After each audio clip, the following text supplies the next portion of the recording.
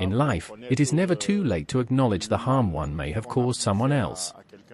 So if France today acknowledges its involvement in the Cameroon independence wars, and if today, through a letter addressed to the Cameroonian president by French President Emmanuel Macron, who accepts and acknowledges the role they may have played in that conflict or war, where many Cameroonians and families were affected, it is only natural that today, we can first accept this letter, acknowledge its arrival, and then consider how we will repair the damage caused to the Cameroonian people at that time, because we must recognize that we lost true leaders in this war of independence. Today, we are still mourning these leaders. We are still remembering those moments when they were tortured, or looking at images of UPC leaders such as Ernest Wanji and M. Niobe. And those are just the leaders. Then there were those who were hiding in the forests. It's never too late to do the right thing. Emmanuel Macron, the French president at the end of his term, has acknowledged all the atrocities France committed in Cameroon. That's all well and good, but he needs to pay compensation because Gaddafi made Italy pay for the atrocities committed in Libya during his time. It's true that the bill is enormous, but the French also need to pay for their misdeeds. I believe that the wound, which is still open, should not be reopened at a time when we know that we have already healed the colonial problems. We have moved past this stage. Both Cameroon and France have set up two commissions, one on the French side and one on the Cameroonian side. Both commissions have worked to highlight the atrocities that were committed during the colonial period. And I think that in the current context, France, President Emmanuel Macron, should not have sent a letter to President Paul Biya saying that he recognizes the offenses that were committed at that time. Cameroon, as has been said, has a very complicated election coming up, and we would not want to rub salt in the wound for those Cameroonians who need to get through a presidential election without conflict, without violence and, above all, in peace. Macron's letter to President Paul Biya must not allow Cameroonians to be distracted. If we focus particularly on paragraphs 3 and 5 of this letter, it is clear that France does not want to fully assume its responsibilities. It simply wants to drag Cameroon into a new diversionary. It simply wants to draw Cameroon into a new form of tolerance which, as usual, is not unlike slavery or colonization, where the perpetrator is forgiven without contrition or confession. So, for me, Cameroonians simply need to accept that there is someone who is capable of or in the process of confessing their guilt while avoiding taking full responsibility for the consequences of their actions throughout history towards the Cameroonian and African peoples. In diplomacy, nothing is done by chance.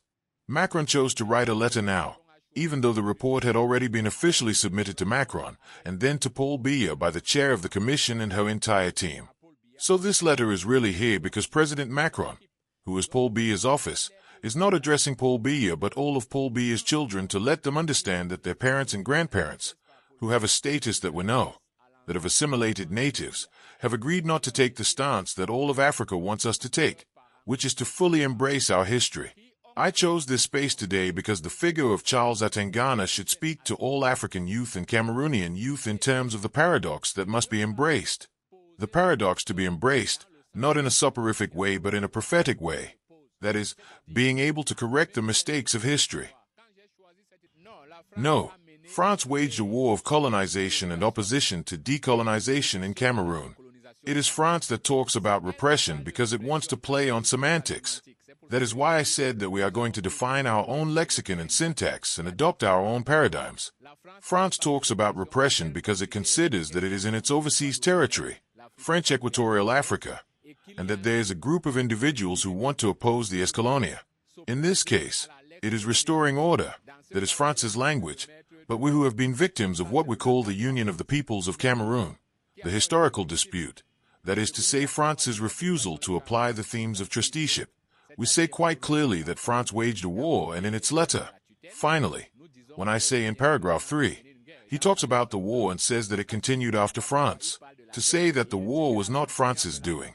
France allegedly carried out repression and the Cameroonian state allegedly waged war against the Cameroonian people.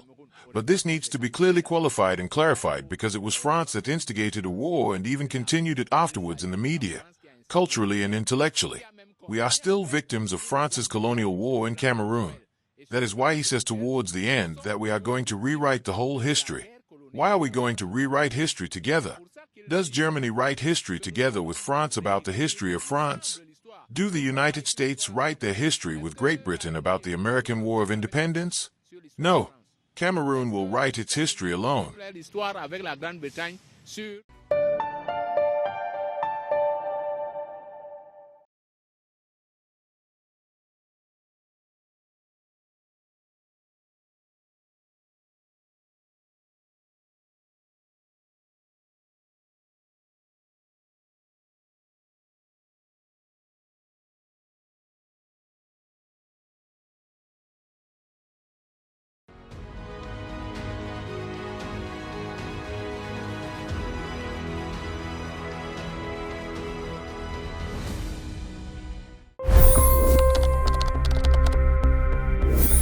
$25 crore गरीब गरीबी को परास्त करके बाहर निकले। For the good of our nation, let's work together and let's truly make America great again. The fastest news breaks. Requested PM saying that we will have to speak to Putin and to Zelensky. The biggest news makers. The relationship with India is probably the most important bilateral relationship the US will have for the rest of this century. The capital delivered quite an election result today. Expert analysis. The million-dollar question today is how to stop this dance of death. Ground reports. I'm standing at the crossroad of the Kumbh Mela. Behind me are more than 100 entry guards. Long-form interviews. Exclusionary politics is reflected in Manipur case as well. You don't bother because this is a small state. Deep dive into burning issues. It's often said DRC could be the richest country in the whole world. It's because of what sits underneath. Why exactly did the US topple the Sheikh Hasina government? HD videos. We don't just break news, we break it down.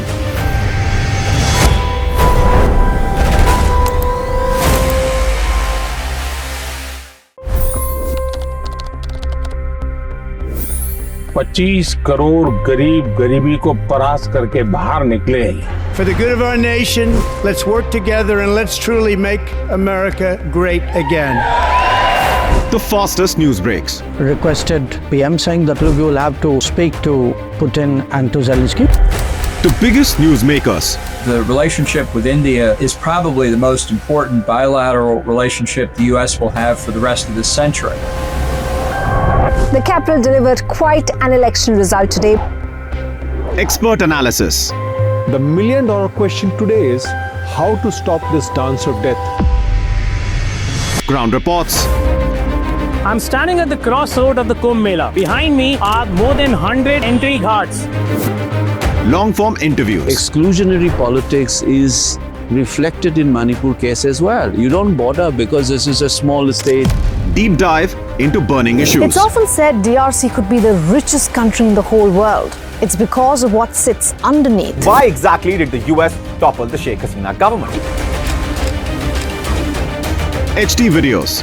We don't just break news, we break it down.